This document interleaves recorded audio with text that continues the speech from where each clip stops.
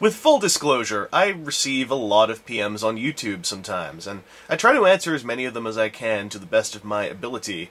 Usually I just answer it with a PM, because that's that, but I got one from Dragoonichi, and I asked him if I could reply to it with a vlog, and he said that would actually be even more helpful to what he's working on, so I thought I'd do that now. I've got the question here on my iPhone. Did you know this iPhone was made by Apple? And that Apple also makes Macintosh computers? Because that means that I am holding a piece of Apple merchandise, and I'm using something made by the people that make Macintoshes. I bet those guys also made the MacBook Pro I use. Heck, I even know a couple other people who use iPhones. What an interesting tangent. I'm not sure why I brought that up. Anyway, Dragoonichi asks several questions. Question 1, he's wondering if he can use one of my rehearsal videos in a small presentation he's doing at school about the process of making an animated film and what amounts of effort and time go into the process. He was thinking of using the Drossel Figma rehearsal thing. I said, that's cool if you think it works for that. I'm not sure if that's really going to be great for his class, since it's just me dropping little plastic glasses over and over again, then putting in some keyframed explosions and saying, good job. But if it helps, I'm really glad I could help. Question number 2. How do you go about in the early planning stages when you come up with a new video that involves montage, special effects, etc.? To make things easier, we can use your King X Kaiser or Great X Kaiser videos as reference and examples. Those are actually kind of special examples, because those ones I was trying to mimic existing anime stock footage, so I actually had it running over here on my Vista computer. Does that mean I use Windows too? And I was basically playing that clip over and over again, while over here I was filming on my little desk all the best approximations I could do of what was happening over here on the bigger monitor. But for other montages, usually it's either an idea that pops into my head while I'm filming or something I think of in the shower, because that's where all the best thinking is done, while you're naked and covered in steamy water. But I haven't really got to the point of storyboarding or anything, and really if you are working on an animated production or any kind of legitimate production, you'd probably want to storyboard things out a lot more than I do. I kind of work on a very either improvised or mental storyboarded process. Question 3. What tools do you use other than the obvious ones, including but not limited to video camera, PC, microphones, and general movie editing software? And how long do you usually take during the editing stages of the process? One of my biggest flaws is I actually don't use microphones outside of the one right there. Now this actually works for the style of toy review video I usually do, because I'm often sitting right behind the microphone that's in the camera, so I can just lean forward and speak right into it, and sometimes I actually pretty hardcore pop the P's to a horrible degree. But again, a legitimate animated production, or even a legitimate film production, would definitely use higher grade microphones, boom mics if it's live action, etc. But my setup is basically that camera, 2 desk lamps, and another overhanging desk lamp, although I'm hoping to upgrade to some better lamps pretty soon. And by pretty soon, I mean sometime within the next 1 to 365 days. Give or take another couple thousand days. That would take me back in time. Outside of that, the software I use is, right now, Final Cut Express, although early on I used iMovie 07, and then I moved on to iMovie HD, which is basically upgraded versions of iMovie 07. iMovie 09 is a titanic waste and debacle of software, so I tried using it once, and I hated it. I really can't stand iMovie 09, and I've heard there are many people who use it quite often, and I don't understand how they have the patience to deal with that horrifying waste of time. I also don't understand how some people who use iMovie 09 for a lot of their videos, yet have access to Final Cut, choose to use iMovie 09, because to me, as a user of older iMovie, iMovie 09 and Final Cut have similar learning curves, and iMovie 09 has a massive learning curve, which ends up with you being severely limited in your ability to edit anything. If I were to cite one thing about iMovie 09 that I cannot stand as a video editor, it's the fact that it automatically dips the volume on audio when you cut a clip. So currently I use Final Cut Express, and I do it on a MacBook Pro. If I have to do any audio editing, I usually use Audacity and or GarageBand, some mixture of them, because I find that they both have features I like. And I record on a Shure microphone that I got in Japan, which is a little bit clearer than your average desktop microphone, so whenever I try to do audio stuff that's purely audio, I do use a pretty decent microphone. The reason why I don't use it for toy reviews yet is because I just haven't gotten to the point where I want to use that much equipment for those videos. I think the only thing you'd really gain is a loss of the background hiss noise, and that hasn't really bothered me enough yet to want to add in a whole thing of synchronizing an audio track. Outside of that, that's really all the equipment I use. As for length, editing usually takes quite a while, mostly because of the subtitles. What I usually do right now is I'll run through the video and chop it together, cutting out all the long silences and things, cutting out stuff that I don't think works until I have a rough cut with no subtitles, and then I run over it again in character as the subtitles and apply thoughts here and there as needed. So editing a video review that I do, just the editing process, can usually take anywhere from 1 to 5 hours, depending on how long the video is, how many segues, skits, and special effects are involved, all kinds of things like that. And then you add into that it will also take approximately 2 to 4 hours to encode if it's of a length greater than about 8 or 9 minutes, and then another hour or 3 to upload.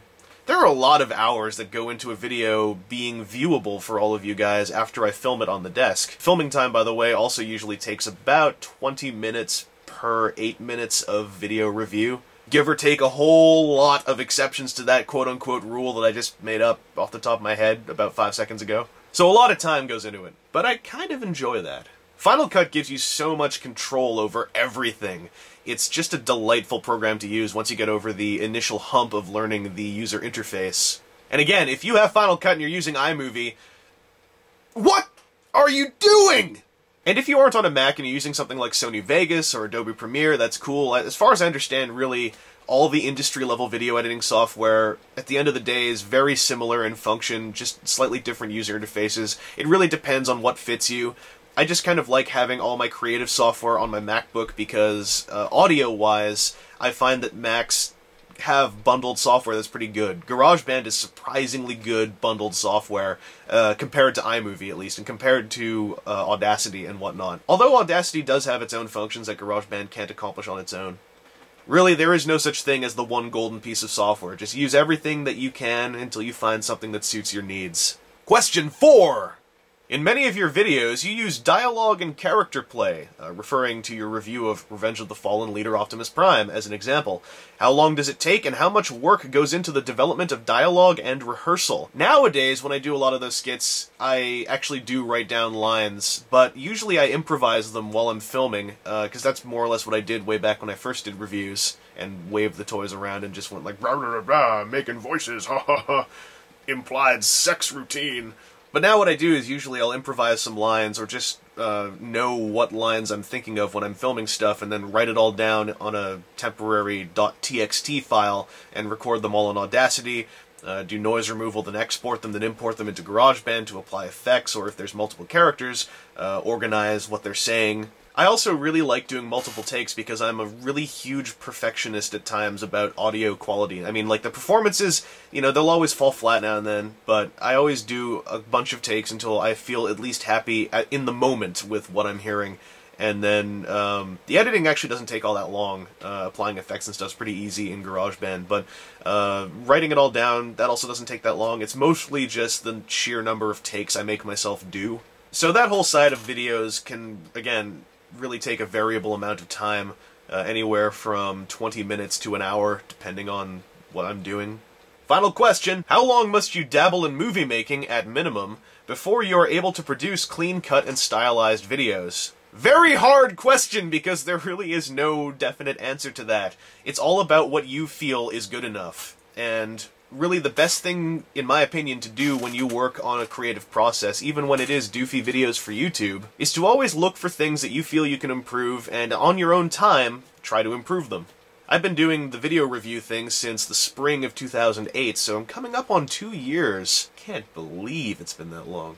And I don't really think I hit my own preferred quality stride until some of the last videos that I shot on mini-DV, some of the stuff like King X Kaiser, or the Revenge of the Fallen Stolen Chinese Scout Foursome, or Battle Roller. Some of the later 30s stuff, I think, if we're going to go by the numbers I use for the reviews. And my early HD stuff, starting off with, I think, Ransack, I'm actually not that happy with because I didn't understand what exposure was, so a lot of them are, like, the colors are all blown out or way the hell too bright. So just work on it as much as you can. If I was going to give a timeline, I'd say it takes at least 6 months to be able to say that you have hit, enough of a stride to know everything that all of your equipment and software is capable of, if you're starting from scratch. But again, that's variable, because, if you don't really produce that much, it might take longer. If you produce a huge amount of stuff, it could take even shorter. Or, if the software or equipment or something in there just clicks with you, it might happen within your first 2 videos. And I would really say that anyone who works on media is always learning something. So the learning process never really stops. It just halts if you so choose to have it halt. But personally, I always encourage the idea of criticizing one's own videos and trying to improve them, and always try to be more creative and figure out new interesting things to do, because to me, the visual art aspect of it, albeit a very shallow visual art aspect when it comes to simple toy reviews, is a fun and creative process if you want it to be. And to me, that's really the crux of why a lot of these things are in video format. What sets them apart from audio format, or what sets them apart from written format, is that we have the creative boon of moving picture, and that using that and embracing that in some way is the main creative draw of posting anything on YouTube, even if it's just movie reviews, even if it's just talking about toys, even if it's just talking about your thoughts on politics, religion, atheism, that whole hoo-ha. Delivering stuff in a creative way is, to me, the draw of the entire scene, and in fact is the draw of video editing or multimedia as a whole. But that said, don't jump into it from scratch and figure that you're going to be an expert in a month, because I think that's probably very rare. Anyway, Dragoonichi continues to say, thank you for taking your time reading this, and I hope to hear from you soon. Now you've heard from me. I hope that these answers satisfied your questions in some way, and anyone watching this, if you have any questions about anything I said here, post in the comments, or if you want to answer those questions yourself, do so in the comments, or post a video response. I always love discussing the actual act of editing and creating multimedia. I have a lot of views on web media as a whole, and the whole double-edged sword of it, but I probably should save those for a different vlog, and I probably should save those for a little while, because I'm always worried that when I talk about that stuff I'm going to offend somebody, and I never really mean to. I'm always thinking more in the general big picture when it comes to web media. But really, do it for the fun of whatever reason you do it for. Do it for the craft, do it for the social interaction, or do it for the mere fun of editing itself. I have strayed way the hell off topic, so I'm gonna just button that one up.